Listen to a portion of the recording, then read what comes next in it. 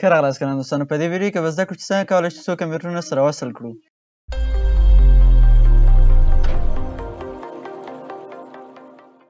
راځو اګزار خلاصو او په خپل لومړني یا اصلي کمپیوټر کې اکاونټ سره ځو. د کمپیوټرونو وصلولو لپاره ضروري دی چې د کارمن لپاره اکاونټ ولرو. کارمن ته د اکاونټ جوړولو لپاره په نیو اکاونټ باندې کلیک کوو او په دې ځای کې د کارمن نوم لیکو. د اکاونټ ډول یوزر انتخابوو او په یوزرنیم کې د کارمن لپاره خاص نوم اضافه کوو.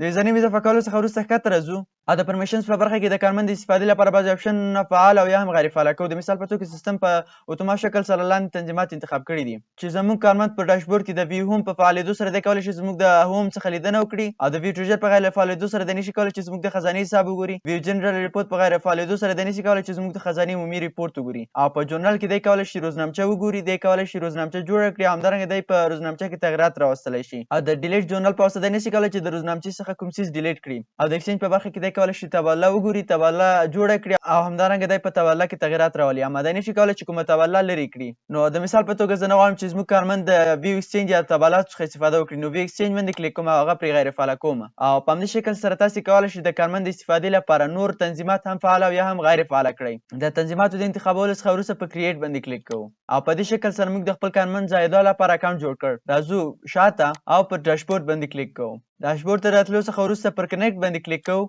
او په دې صفحه کې د کمپیوټرونو د وصلولو لپاره تاسو څو مرحلې لرئ. په لومړۍ مرحله کې وایي چې په خپل اصلي کمپیوټر کې باید خپل کمپیوټر له وای فای سره وصل کړئ. نو د کمپیوټر له وای فای سره وصلولو لپاره راځو د نیټورک پر آیکن باندې کلیک کوو او په دې صفحه کې د ایگزیکټ سیستم وای فای تاسې کولی شئ غواړم چې د کمپیوټر مې د ایگزیکټ سیستم وای فای سره وصل کړم. پر ایگزیکټ سیستم باندې کلیک کوم او کنیکټ انتخابوم او په دې صفحه کې د وای فای پاسورډ اضافه کوم. پر نیکسټ یس باندې کلیک کوم او په دې شکل سره موږ خپل کمپیوټر د ایگزیکټ سیستم وای فای سره وصل کړ. د وای فای سره د کمپیوټر وصلولو څخه وروسته راځو خپل اصلي کمپیوټر ته او اوس تاسې کولی شئ وګورئ چې په دویمه مرحله کې موږ ته وایي چې خپل دویم کمپیوټر هم د همغه وای فای سره وصل کړئ او په دریمه مرحله کې په خپل دویم کمپیوټر کې پر کنیکټ ټو کمپیوټر باندې کلیک وکړئ او په وروستۍ مرحله کې پر کنیکټ باندې کلیک وکړئ او دغه آی پي ادرس له ځان سره یاد وساتئ. د آی پي ادرس د یادولو څخه وروسته له دې صفحې څخه وځو او ځو خپل دویم کمپیوټر ته.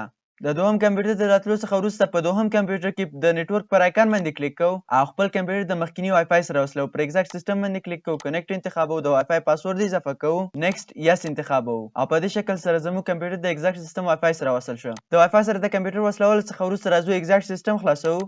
د ایگزیکټ د خلاصولو څخه وروسته پر کنیکټ ټو ډیټابیس باندې کلیک کوو او په دې ځای کې هغه آی پي ادرس چې موږ یاد کړی هغه په دې ځای کې اضافه کوو. د آی پي ادرس د اضافه کولو څخه وروسته پر کنیکټ باندې کلیک کوو او په دې شکل سره موږ د احمدي ډیټابیس سره وصل شو او له دې کمپیوټر څخه غواړم چې د کارمن له اکاونټ څخه خپل ډیټابیس داخل شم. نو پر احمدي باندې کلیک کوم او د کارمن د اکاونټ انتخابوم او په پاسورډ په برخه کې د کارمن د یوزرنیم چې موږ د کارمن د اکاونټ لپاره انتخاب کړی په دې ځای کې اضافه کوو او په دې شکل سره موږ د زاید اکاونټ په واسطه د احمدي ډیټابیس ته داخل شو. او اوس تاسې کولی شئ وګورئ چې د هوم په برخه کې موږ ایکسچینج نه لرو، یعنې په دې معنی چې زموږ کارمن د ایکسچینج څخه استفاده نشي کولی. راځو جورنال ته او زموږ مشتري غواړي چې په خپل اکاونټ کې 15,000 افغانۍ اضافه کړي. په اکاونټ کې د مشتري اکاونټ انتخابوو، د پیسو مقدار په کریډیټ کې اضافه کوو او په ډیټیلز کې تشریح اضافه کوو. تشریح اضافه کولو څخه وروسته پر سیو باندې کلیک کوو. اوس تاسې کولی شئ وګورئ چې موږ دغه معامله ثبت کړه او تاسې کولی شئ وګورئ چې زموږ دغه معامله د پینډینګ په حالت کې ده. د پینډینګ حالت څخه د ویستلو لپاره خپل اصلي کمپیوټر ته ځو او د رئیس په واسطه یې ویریفای یا تایید کوو.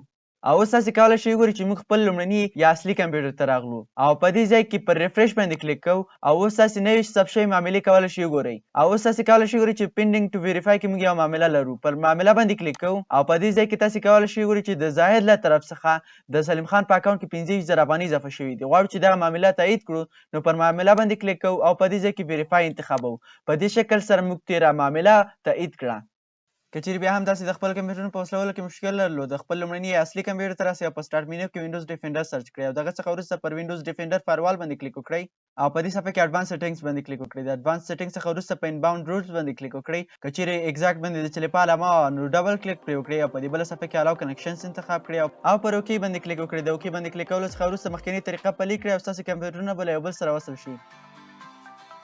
د ایگزیکټ په هکله نور معلوماتو لپاره تاسې کولی شئ د ایگزیکټ ویب سایټ او یا هم د ایگزیکټ سوشل میډیا ګروپونو څخه لیدنه وکړئ.